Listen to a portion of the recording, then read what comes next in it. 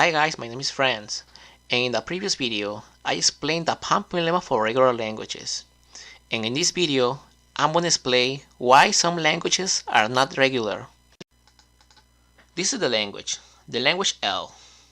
0 to the k, 1 to the k, where k is greater or equal to 0. In other words, the same number of zeros is followed by the same number of ones. Now let's see some strings that are in this language. When k is equal to 3, we have this string. Now when k is equal to 2, we have 0, 0, 1, 1. When k is equal to 1, we have 1, 0. And when k is equal to 0, we have the empty string, right? So we always have the same number of zeros followed by the same number of ones, right? Now, the best way to know that this language is not regular, honestly, is by practicing a lot of examples of regular languages. That way, you will get a better understanding of what the DFAs can handle. And once you understand how the DFAs actually work, you will see that the DFAs cannot handle this kind of languages. But don't worry if you haven't practiced yet. Here I'll tell you the way I understand it, okay? So let's get started. Let's see the example of the previous video so I can make it more familiar to you guys, okay?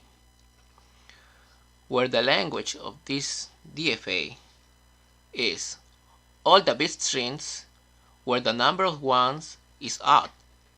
Now, let's see some strings that are in this language. 001, there's only one single one. Here we have 3 ones and some zeros. And in this one, we have 5 ones and some zeros, right?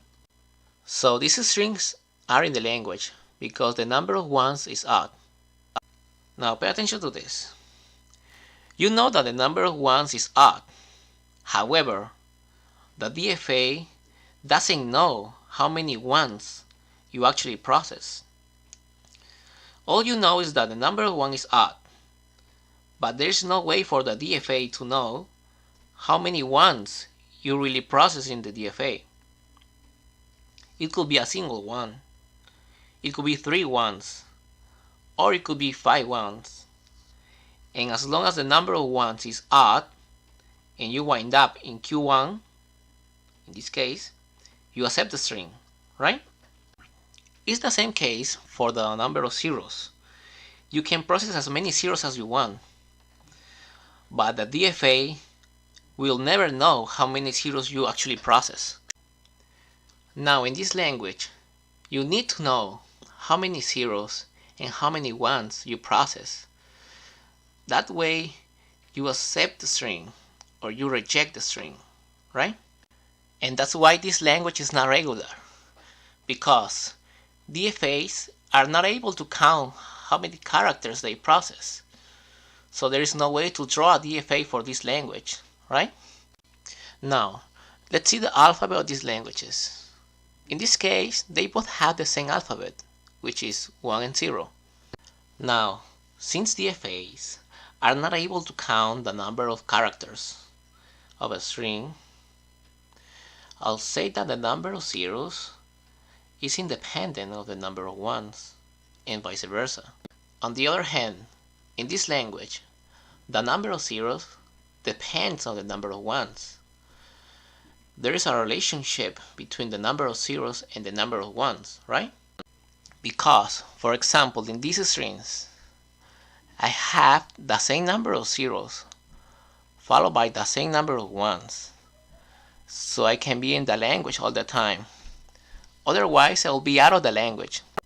And that's another way to recognize a language which is not regular, right? So if you see any relationship between the input alphabets, in this case 0, 1, if you see any relationship between them, then that language is not regular for sure. In this language, you have the same number of zeros followed by the same number of ones. But you might as well have different relationships besides this one. For example, you may have a relationship like the number of zeros doubles the number of ones, and that language will be not regular either. Alright, that's it for this video, and in the next video I'm gonna prove that this language is not regular by using the pamphlet for regular languages, okay? So thanks for watching and see you next time.